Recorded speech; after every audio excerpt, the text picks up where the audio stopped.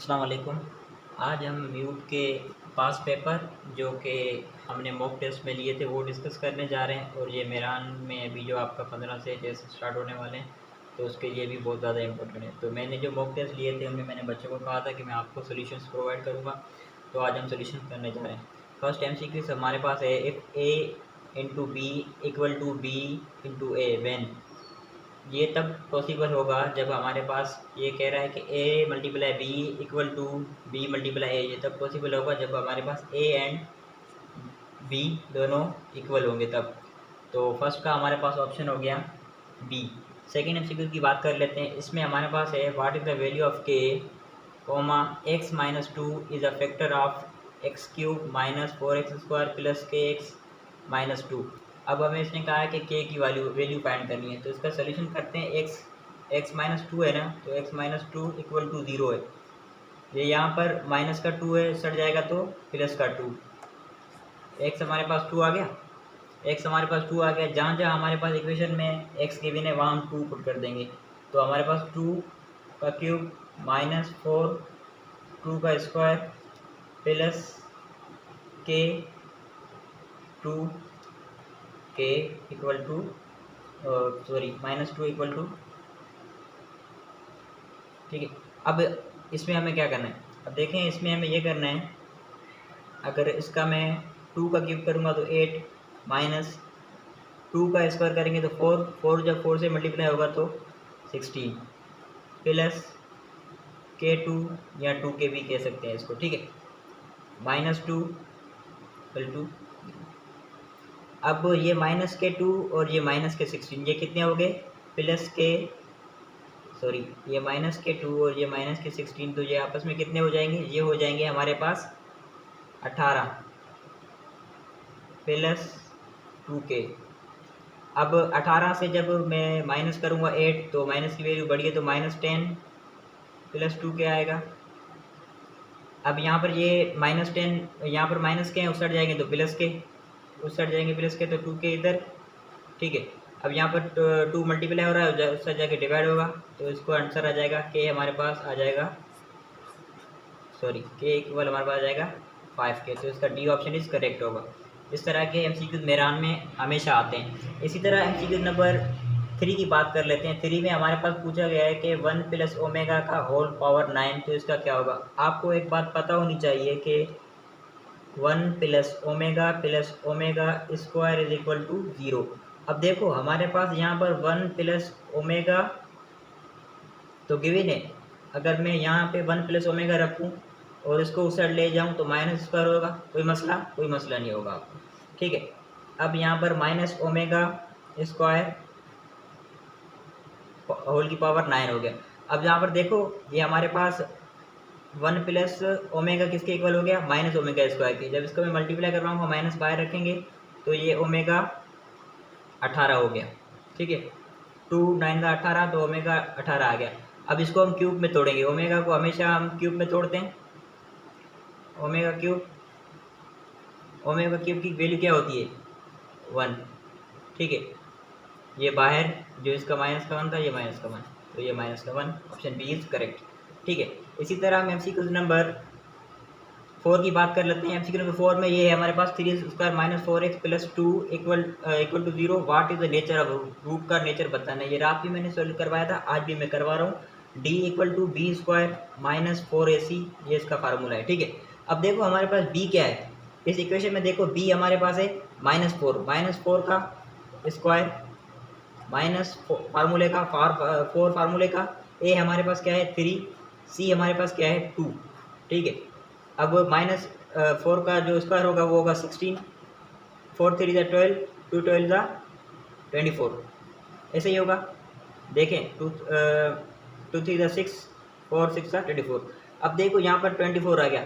अब यहाँ पर मैं 16 में से माइनस 24 करूँगा तो आंसर आएगा माइनस का 8 आ गया। इट मीन्स ये हमारे पास इमेजिनरी है और अनइक्वल है, और इसको हम कॉम्प्लेक्स भी बोल सकते हैं, ठीक है। अगर ऑप्शन में आ जाए ना इमेजिनरी की जगह कॉम्प्लेक्स लिखा हुआ और अनइक्वल लिखा हो तो कॉम्प्लेक्स भी इसका सही होगा। तो इट मीन्स इसका ऑप्शन ए इज़ करेक्ट होगा। MCQ नंबर 4 का ए। आगे MCQ की तरफ बढ़ते हैं। आगे हमारे पास MCQ नंबर 5 में है ओमेगा की पावर -32 प्लस ओमेगा की पावर -37। तो ये क्या होगा? बच्चे इसमें परेशान थे, ये बुक का क्वेश्चन है, बुक का एग्जाम्पल उठाया हुआ है मैंने। अब यहाँ देखो माइनस के हैं तो इसको हम 1/ओमेगा 32 प्लस 1/ओमेगा 32 लिखूंगा तो ये पॉजिटिव हो जाएगा। ठीक है, ये पॉजिटिव हो गया। आपको एक बात पता है कि ओमेगा क्यूब की वैल्यू हमारे पास 1 होती है, ओमेगा क्यूब की वैल्यू हमारे पास 1 होती है। तो यहाँ पर मैं 1 इसको 10 बार लगेगा तो omega cube omega square plus यहाँ पर ये हो जाएगा 1/12 माइनस इंटू ओमेगा।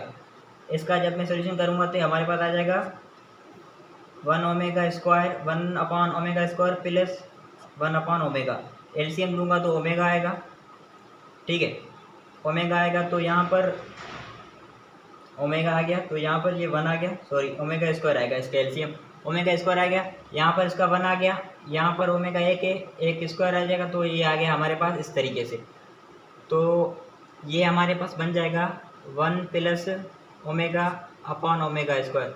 आपको मैंने प्रीवियस के MCQ में एक बात बताई थी कि हमारे पास 1 प्लस ओमेगा स्क्वायर 0 के इक्वल होता है। अगर हमें 1 प्लस ओमेगा चाहिए तो ये माइनस ओमेगा स्क्वायर का होगा, तो minus omega square upon omega square cancel out, -1 बचेगा, -1 बचेगा। इट मीन्स हमारा आंसर क्या होगा? -1। देख लें MCQ नंबर 5 का आंसर होगा -1। ये सोल्यूशन देख लें, अगर फिर भी किसी को भी बात समझ नहीं आती तो पूछ सकते हैं। आगे बढ़ते हैं। आगे MCQ नंबर 6 में हमें फाइंड करना है, find the arithmetic mean between a plus B whole square and a minus B whole square. हमें अर्थमेटिक मीन मालूम करना है। अर्थमेटिक मीन मालूम करने का हमारे पास फार्मूला है a प्लस बी अपॉन 2। ठीक है, अब a plus B whole square का फार्मूला होता है a square plus 2ab plus B square plus फार्मूले का, और इसका फार्मूला होता है a square minus 2ab plus B square upon में आ जाएगा हमारे पास 2। ये -2ab प्लस का, ये -2ab ये प्लस का 2ab, ये माइनस का 2ab कैंसिल आउट। अब हमारे पास बच गया a स्क्वायर और बी स्क्वायर, और ठीक है, तो 2a square plus 2b square upon 2। अगर यहाँ से मैं 2 कॉमन लेता हूँ तो हमारे पास बच जाएगा a square plus B square upon 2। 2 से cancel, a square plus B square बच जाएगा, a square plus B square बच जाएगा। ये मैं आपको शॉर्ट ट्रिक्स बता रहा हूँ, a square plus B square बच जाएगा, तो इसका हमारे पास ऑप्शन बी करेक्ट होगा। मार्कर भी खत्म हो गया। चलें MCQ नंबर 6 की तरफ आगे। A diagonal matrix in which all the diagonal elements are equal to 1 is called a matrix। जिसमें सारे एलिमेंट्स 1 के इक्वल होते हैं उसे कहा जाता है यूनिट मैट्रिक्स। ठीक है, इस पर टेंशन ज़ाया करने वाली कोई बात नहीं है। इसी तरह हमारे पास MCQ नंबर 8 पे आ जाते हैं। MCQ 8 पे हमारे पास है what is the term of following arithmetic progression is 125। 125 की हमारे पास कौन सी टर्म होगी? हमें n बताना है। n क्या होगा? देखिए यहाँ पर हमारे पास a क्या है? 5 है, और d क्या होगा? हमारे पास d होगा सेकेंड टर्म में से फर्स्ट टर्म माइनस करनी है। सेकेंड टर्म में 10 में से माइनस करूँगा 5, तो क्या आंसर आ जाएगा? d हमारे पास आ गया 5। सही है, d हमारे पास 5 आ गया। tn हमारे पास क्या है? 125 है। तो फार्मूला यूज़ कर लेते हैं। tn की जगह 125 रख दिया, a की जगह 5 रख दिया, प्लस n मालूम करना है -1, और d हमारे पास है 5। 125 5 प्लस इसको मल्टीप्लाई करवाऊँगा 5n, इसको मल्टीप्लाई करवाऊँगा 5, ये प्लस का 5 ये माइनस का 5 कैंसिल आउट। ठीक है, हमारे पास बच गया 125 इक्वल टू 5n। ये 5 यहाँ पे मल्टीप्लाई हो रहा है, उस साइड जाके डिवाइड होगा, तो 5 जब से मल्टीप्लाई होगा तो आंसर आएगा 25 हमारे पास। तो n इक्वल आ गया हमारे पास 25। तो ऑप्शन सी इज करेक्ट। ये बुक का MCQ है, चैप्टर नंबर 6 का 6.1 एक्सरसाइज का पहला ये क्वेश्चन है। ठीक है, प्रॉब्लम एग्जाम्पल प्रॉब्लम जो कि म्यूट में 2.0 में या 2.1 में आई थिंक ये MCQ आया था सेम।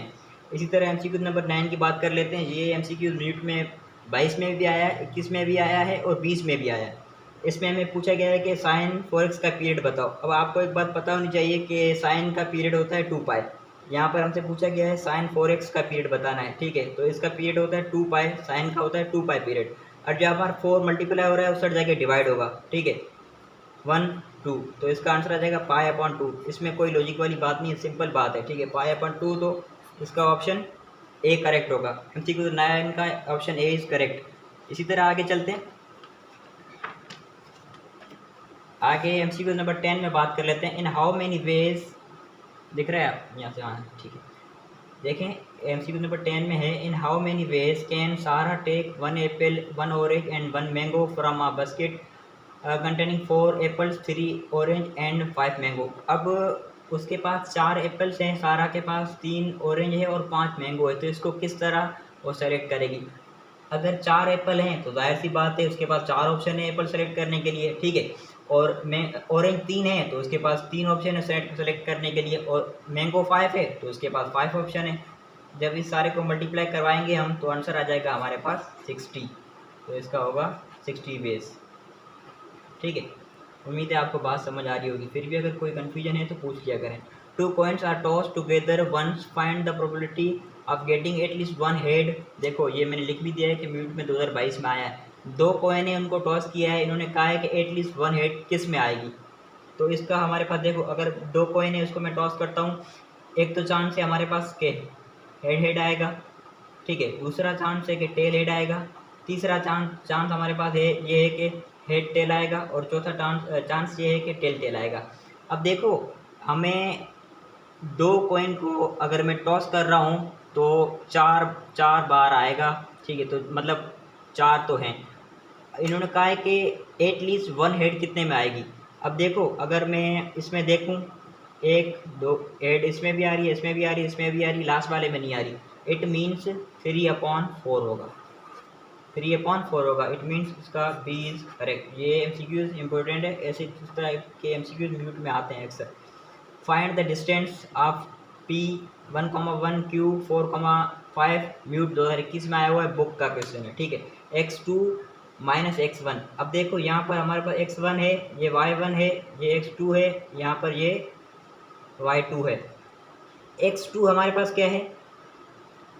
4, ठीक है। x2 हमारे पास है 4, x1 है हमारे पास का स्क्वायर प्लस y2 हमारे पास क्या है 5, y1 हमारे पास क्या है 1 का स्क्वायर। अब 3 का स्क्वायर करेंगे तो 9 आएगा, 4 का स्क्वायर करेंगे तो 16 आएगा। तो ये आ गया रेडिकल के अंदर 25। अगर रेडिकल से बाहर निकालूंगा तो इसका आंसर आ जाएगा 5 यूनिट्स। तो ऑप्शन डी इज करेक्ट होगा। ये आपका बुक का MCQ है, ये भी म्यूट में आया था 2021 में। अब हम बात कर लेते हैं MCQ नंबर 13 की। Find the number of different signals which can be made with the 6 flag, 2 which are white and 2 black and 2 red, all the 6 flags being used every time। अब हमारे पास 6 फ्लैग हैं, ठीक है। उसमें से 2 वाइट हैं, 2 black हैं और 2 रेड हैं। तो इसका सिंपल फार्मूला है, कुछ भी नहीं करना। जैसे रात हमने कोका कोला वाला MCQ किया था ना, जिसमें जैसे C 2 बार था तो नीचे डिवाइड करवा दिया था। हमारे पास टोटल यहाँ पर कितना है 6 फ्लैग है। हमारे पास सेम कितने हैं 2 रेड हैं भाई, 2 वाइट हैं, 2 ब्लैक हैं, तो इनको अपॉन में लिख दो, ठीक है। इसका जब सोल्यूशन करोगे आप तो इसका आंसर आ जाएगा हमारे पास 90। Option B is correct. आपको मैंने तरीका बता दिया है किस तरह करना है, मैं पूरी कैलकुलेशन नहीं कर सकता, वीडियो लंबी हो जाएगी। MCQ नंबर 14 की बात करते हैं। If A = B, B = C, then R1 ratio capital R ratio R is equal to, ये हम MCQ आया था मेरान में 21 में, 22 में और 20 में। तो इसका होगा हमारे पास, ये सीधे बुक का आपका है तो 3:2:1 MCQ नंबर 14 हो गया। अब हम बात कर लेते हैं MCQ नंबर 15 की। ये तो हमेशा म्यूट में मैंने देखा है जितने भी पास पेपर हैं। Find the sine 15 without using table. इस तरह का MCQ म्यूट की स्क्रीन पे आपको दिख रहा होगा। तो साइन 15 की वैल्यू हमारे पास, ये बुक का मैंने उठाया है, रेडिकल 3 - 1/2 रेडिकल 2, ये भी हो सकता है और 0.25 भी हो सकता है। तो इसका बोथ एंड बी हो सकता है, सही है। तो MCQ नंबर 15 का हमारे पास आंसर होगा सी। इसी तरह MCQ नंबर 16 की बात कर लेते हैं। Which point lies on the circle if x² + y² = 49। अब इन्होंने बात की है कि ये ऑप्शन गिवन है आपके पास और ये हमारा आपके पास एक पॉइंट गिवन है बताओ ये ऑन द होगा, इन द होगा या आउट द सर्कल होगा। इन्होंने कहा है ये ऑन द होगा, तो हम वैल्यूज पुट करके रख लेते हैं। देखिए वीडियो लंबी नहीं करना चाहता मैं। जब 0 आ जाए तो ऑन द सर्कल होगा, और जब नेगेटिव आ जाए तो इन द सर्कल होगा, और जब पॉजिटिव आ जाए तो आउट द सर्कल होगा। अगर इसका ऑप्शन सी हमारे पास करेक्ट है तो मैं सी रख के देखता हूँ। एक्स की जगह सी रखूँगा, 0 का स्क्वायर। एक्स की जगह मैं 0 रखूँगा तो 0 का स्क्वायर प्लस वाई की जगह मैं 7 रखूँगा तो 7 का स्क्वायर इक्वल टू 49। अब इसको जब करूँगा मैं, 0 का जो स्क्वायर 0 होगा, 7 का स्क्वायर होगा 49 तो इक्वल टू 49। ठीक है, तो ये हमारे पास होगा on the circle. MCQ number 16 का सी इज करेक्ट। इसी तरह एमसीक्यू नंबर 17 की बात कर लेते हैं। tan अल्फ़ा प्लस बीटा, ये मोस्ट इंपॉर्टेंट एमसीक्यू है। ये दो इतने इंपॉर्टेंट है ना कि आप इसको बोल के पी जाना। ये एमसीक्यूज आते हैं मेरान में। tan alpha plus beta, tan alpha plus tan beta upon 1 minus tan alpha tan beta. ठीक है, ये हो गया। आगे हम एमसीक्यू नंबर 18 की बात कर लेते हैं। इसमें हमारे पास है कोट अल्फ़ा माइनस बीटा। इसमें मैंने मॉक टेस्ट में एक मिस्टेक कर दी थी, यहाँ बीटा की जगह अल्फ़ा लिख दिया था। ये तो यहाँ पर ये करेक्शन कर लेना। यहाँ पे मैंने एमसीक्यू में कर दिया है cot alpha cot beta plus 1 divided cot beta minus cot alpha. तो ये एमसीक्यू इंपॉर्टेंट है, याद रख लेना। अब एमसीक्यू नंबर 19 की बात कर लेते हैं। डेरिवेटिव लेना है e की पावर e का। आपको एक बात पता होनी चाहिए कि हमेशा हमारे पास कांस्टेंट का डेरिवेटिव 0 होता है। तो e हमारे पास एक कांस्टेंट है, ठीक है।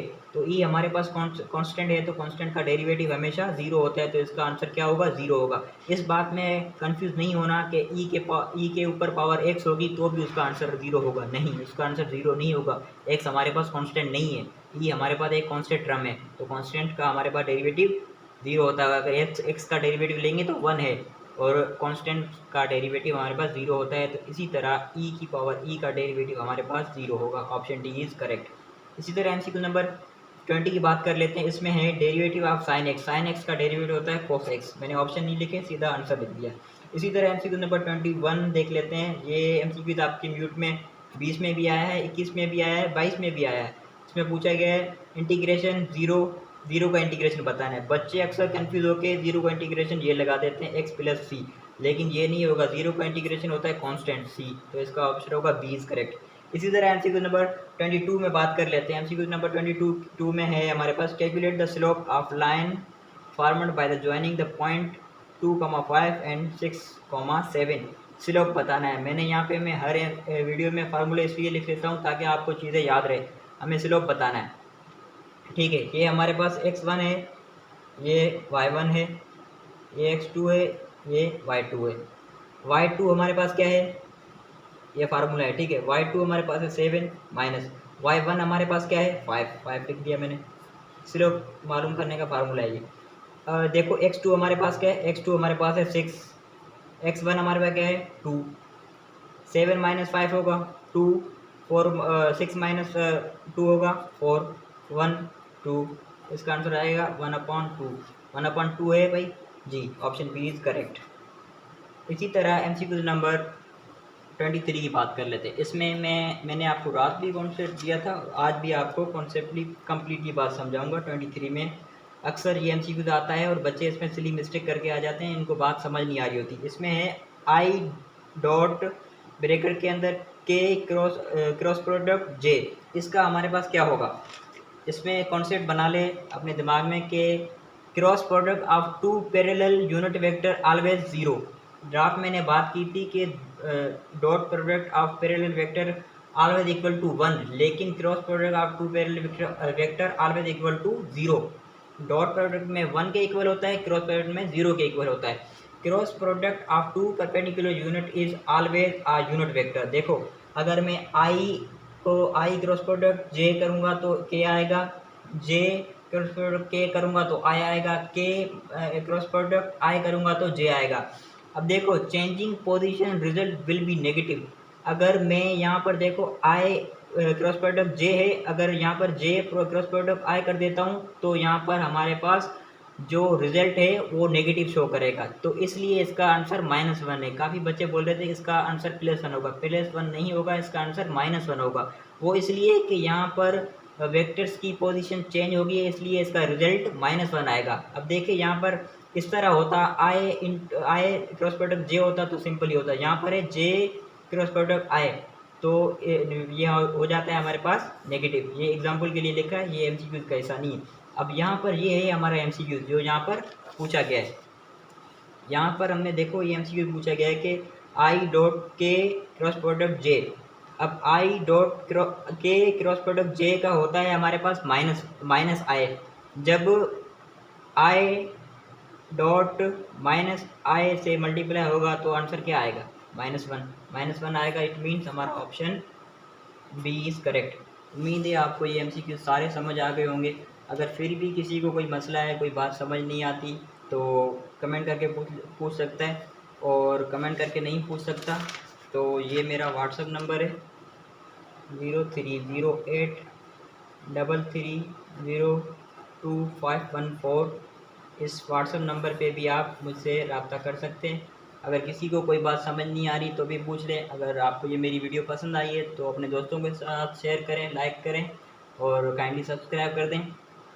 ठीक है, आज जो हमने मॉक टेस्ट ली थी 13 जून वाली, काफ़ी बच्चों ने अटैम्प्ट कर लिए। कुछ बच्चे रहते हैं, आज नेट का इशू हो गया वेदर की वजह से, तो 71 बच्चों ने आई थिंक कर लिए अटैम्प्ट। बाकी जो रहते हैं वो कल अटैम्प्ट करेंगे, तो वो भी वीडियो फिर 13 जून वाली का भी मैं बना दूंगा। ये जो हमारी 8 जून को मॉक टेस्ट हुई थी उसकी वीडियो, और ये सारे पास पेपर है। ये नहीं कि मैंने मॉक टेस्ट ली थी तो बना रहा हूँ, नहीं, ये सारे एमसीक्यूज़ पास पेपर के हैं। तो काइंडली इसको एक बार ज़रूर देख लेना सारे कैंडिडेट्स जो भी म्यूट की तैयारी कर रहे हैं, और बेस्ट ऑफ लक, आपको म्यूट में आपकी डिज़ायर फील्ड मिल जाए। अल्लाह पाक आप सबको कामयाब करे, आमीन एंड थैंक यू। अल्लाह हाफिज़।